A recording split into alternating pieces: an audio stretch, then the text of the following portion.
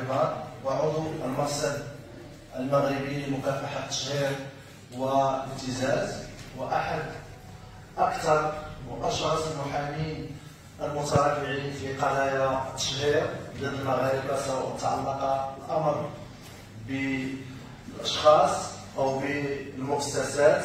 أستاذ زهراء رافع في العديد من المحاكم بجرائم التشهير، بل أيضا في العديد من الدول، جمهورية قبرص، كندا وغير ذلك. طبعا يشرفنا أيضا حضور الأستاذة نجاة الحفيظي، منسقة مسار التميز في العلوم الجنائية والأمنية. أيضا نرحب غيابيا بالأستاذة خدوش فلاح، ماستر العلوم الجنائية والتعاون الجنائي الدولي. طبعا هذا الموضوع اليوم هو موضوع برهنية يتقاطع فيه الجانب القانوني مع الجانب السوسيولوجي، يثير بعض الإشكالات التي لها علاقة بطبيعة الجريمة والعقاب، يثير أيضا بعض التقاطعات التي لها علاقة بقضايا حرية التعبير وقضايا النشر والجرائم المترتبة عنها. طبعا لن أطيل، أعطي بداية الكلمة للأستاذة نجاة الحفيظي. بداية نتوجه بالشكر الجزيل للسادة الأساتذة، كل الأستاذ بعلي عبد العزيز على قبول أن يكون بيننا في هذا اليوم من أجل مناقشة موضوع له من الأهمية بمكان.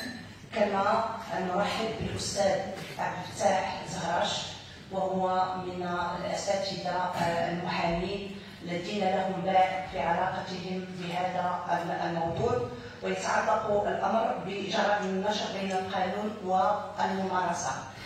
إذ يأتي تنظيم هذا اللقاء في إطار ما يثير هذا الموضوع من إشكاليات قانونية، وما يثير كذلك من تقاطع وترابط بينه وبين مسألة حرية التعبير وحقوق الإنسان، وما يمكن أن يثير هذا الموضوع من إشكالات.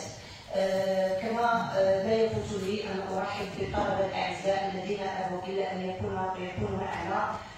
يعني أن الطلبة الحاضرون هنا هم يعني تخصص العلوم الجنائية بالدرجة الأولى. هناك ماستر العلوم الجنائية والحكامة، العلوم الجنائية والتعاون الجنائي الدولي. هناك فوجين، الفوج الثامن والفوج التاسع.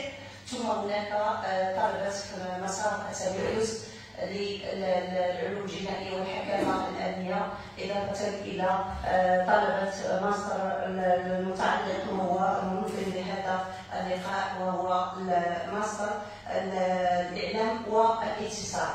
فشكرنا للسادة الأساتذة الذين تحملوا مشقة وعناء تعب لأن يكونوا بيننا من أجل مناقشة هذا الموضوع الذي جاء متزامنا مع مجموعة العديد من القضايا المعروضة الآن أمام القضاء. وطبعا حتى لا أطيل نشكر.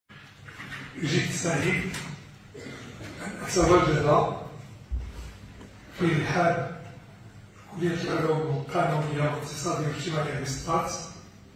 بداية أتوجه بالشكر الجزيل لإعداد الكلية وتشخيص نائبها السيد الكتيب العام المحترم، والأطر الإدارية والتربوية والأساتذة والأستاذة نجاة والأستاذ حفيظي على تشريفهم لي أن أكون حاضرا ضمن نخبة من الشباب الذي يشكل إن شاء الله مستقبل بلادنا في العمل القانوني والحقوقي وكذلك الإنسان. إن القانون والحقوق يمكن فصله على الجانب الإنساني وأسالة القانون. وجدت سعيد كذلك أن شرفني أخي وصديقي الذي أكثر من 30 سنة أنا عرفته بالحقيقة صحفي، فإذا به أصبح أستاذ جامعي وكاتب لديه المزيد من التوفيق والسداد الدكتور إسحاق ديال الجرائم النشر بين القانون والممارسة في القانون المغربي تتنظم على بعد أيام قليلة من احتفال الإنسانية جمعاء بذكرى الإعلان العالمي لحقوق الإنسان اللي خدمناه جميعا يوم 10 ديسمبر. وهذا العام في المغرب كان بشكل أساس ينصب على ما حققه المغرب من تراكمات ومن تقدم في مجال التصديق على المواثيق ذات الصلة بحقوق الإنسان وخاصة اللي كتعنى بحقوق البشر. لذلك كاين الآن واحد الحملة مطلوقة ديال يعني الحركة الحقوق مساس الحياة الخاصة ديالهم وأسرهم أو مكانهم الاعتبار. هذا الخيط الفاصل بين حرية الرأي والتعبير وإن المشرع باش يضمن التأصيل الدستوري للممارسة لحرية الرأي والتعبير الغى في قانون الصحافة الجرائم اللي هي العقوبات السالبة للحرية واستبدلها بالعديد من العقوبات المالية. عاود بغا ينصب الحكم على الجانب السالب للحرية مشى الجانب المالي، والأمثلة كثيرة هذه الأيام كاينة. رغم ذلك بقى طروح الإشكال بحيث هذا العالم كذلك ديال النشر أصبح مغري، بل أصبح مجالا ماشي فقط لما عنده الشغل سابع عنده الشغل بما يضره من أمراض صحية هذه الأسنان. ذاك المرجوع المالي اللي كيشتغل العائلات المادية الحكومة إذا شفنا في القانون المالي كيف أن وزير المالية دار بعض الغرامات على هذه الأمور، ماشي غرامات يعني واجب حق الدولة في مداخل للتحقق من ذلك الميزانية الدولة. هذا الإشكال هذا يمكن يفهموا الأستاذ جليل، يمكن يفهموا الأستاذة، يمكن يفهموه الأخوات الطالبات والإخوان الطلبة الحاضرين، ولكن الإنسان العادي لما كيتضرر ولذلك نمشيو لذاك التوجه الآن اللي كاين الأوروبي أو الأنجلو عند الدول الكومنولث كتعتبر بأنه هادو جرائم التشهير ما يمكن لناش نمشيو فيها في إطار المسألة الجنائية، ولكن نمشيو فيها في إطار المساءلة أمام رئاسة المحكمة في إطار شكاية مباشرة، المتضرر يكون هو محرك للدعوة وهو في نفس الوقت مطالب بالحق المدني.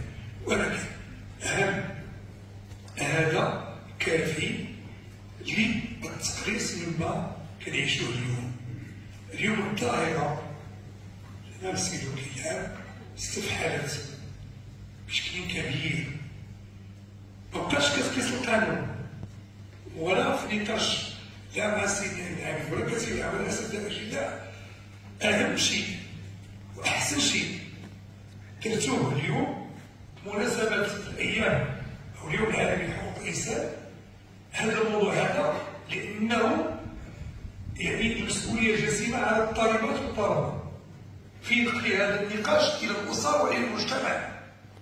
كنشوفوه مطروح داخل قبة البرلمان من طرف وزارة العدل مع المسؤولين المشرع المغربي، ولكن الطالب بكلية الحقوق والأستاذ في النقاش العلمي والفكري والتأصيل له والربط ديالو بالمرجعيات ديالنا ديال ديننا الحنيف ديال قيمنا ديال مجتمعنا اللي جعلته يبقى قائم لمدة أكثر من 19 قرن كدولة مؤسسات قادر بنسائه ورجاله اللي حاضرين على أنه يجي يوجد الإجابات.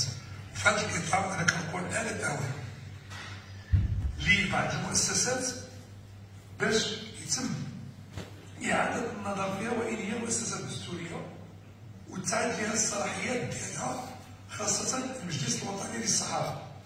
والنموذج هو ديال واحد الصحفي مع رئيس المجلس الوطني، والإمام فاتح هذا الصحفي براسو يقوم باعتداء مستمر ومنهج على كاتب كل عام محترم سواء الذي كنعرفوا والمسلمات واللي يعني كان بيتحيي فيه الآلفة ديالو اللي معروف عليه ومنذ كان طالبا لم يلتفت إليه، ولكن هذا لا يسمح به.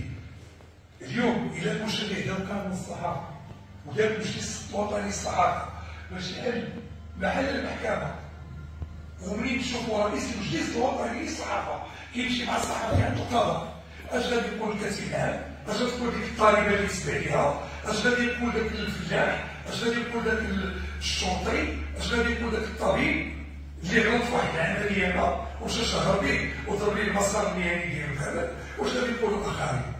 وبالتالي هذا الموضوع اللي مطروح فيه واخا بقى نتكلم فيه حتى الصباح ما غنوفيهش حقه، هو موضوع ذو شجون يستوجب نقاش مستقر.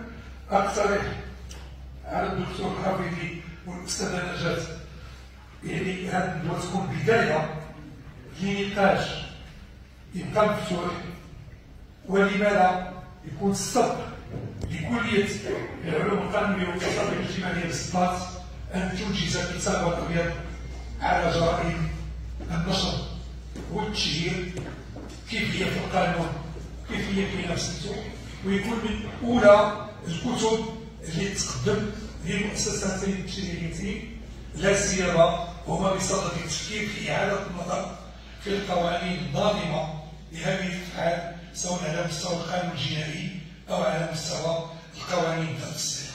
شكرا على حسن الاصغاء.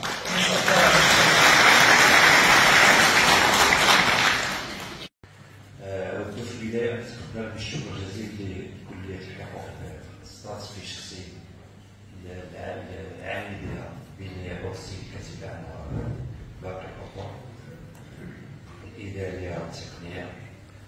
أتقدم بالشكر كذلك للأستاذ إحسان حافظي منسق مصر قانون الأعمال والاتصال، والأستاذة خديجة منسقة مسار تنمية العلوم القانونية والحكام المدنية، كذلك الأستاذة حافظ نجاة منسقة قانون منسقة مصر العلوم الجنائية والتعاون الدولي.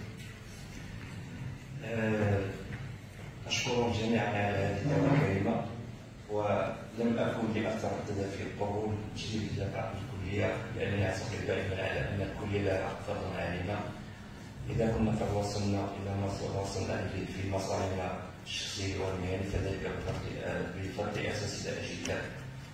يعني بالنسبة للقانون الصحافة والنشر كنلقاو المادة 97 كتقول تحرك الدعوة العمومية باستدعاء مباشر تبلغ النيابة العامة أو الطرف المدني داخل أجل 15 يوم كتحدد فيه الصفة وتبلغ لمدى النشر الصفة والتهمة والمادة 59 كاش.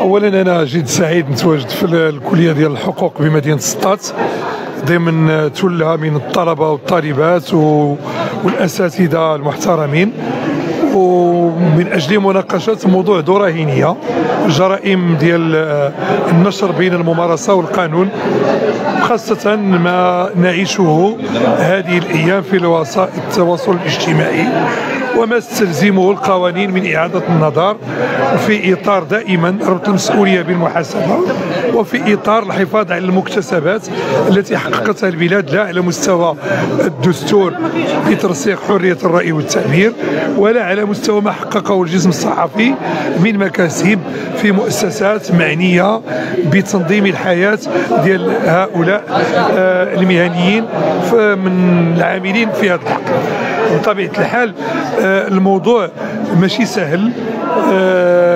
النقاش اليوم بدا في الجامعة، كنتمنى يستمر ويوصل لصداه للمؤسسات التشريعية ويوصل للعاملين في الحقل المهني، بحيث الخلاصة بالنسبة لي تمثلت في 3 مستويات: أولا احترام القانون، ثانيا سيادة القانون، ثالثا احترام حقوق الناس والأغيار اللي غيعطي واحد الحاجة ألا وهي التماسك الاجتماعي وسيادة دولة الحق. دون الاحترام لهذه المسائل هذه كنطيحوا في جرائم من شأنها أنها تقيس الافراد والجماعات وتضر بهم وبذويهم. شوف، هو الجواب ديالكم كيتمثل في المبدا العام اللي هو الامن القضائي.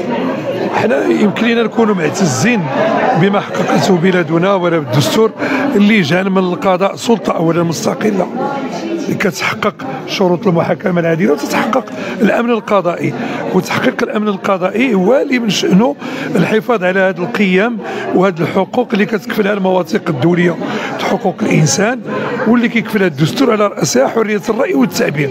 ولكن حريه الراي والتعبير لا تعني المساس بحقوق الناس وحقوق الاشخاص، والا لما تدخل المشرع الجنائي ونص في العديد من الفصول ديالو على جرائم التشهير، الجرائم ديال السب والقذف، وكذلك قانون الصحافه. واللي بغي نقول على اننا كمغرب كتشريع مغربي نكونوا مفتخرين بالمقارنه مع العديد من التشريعات.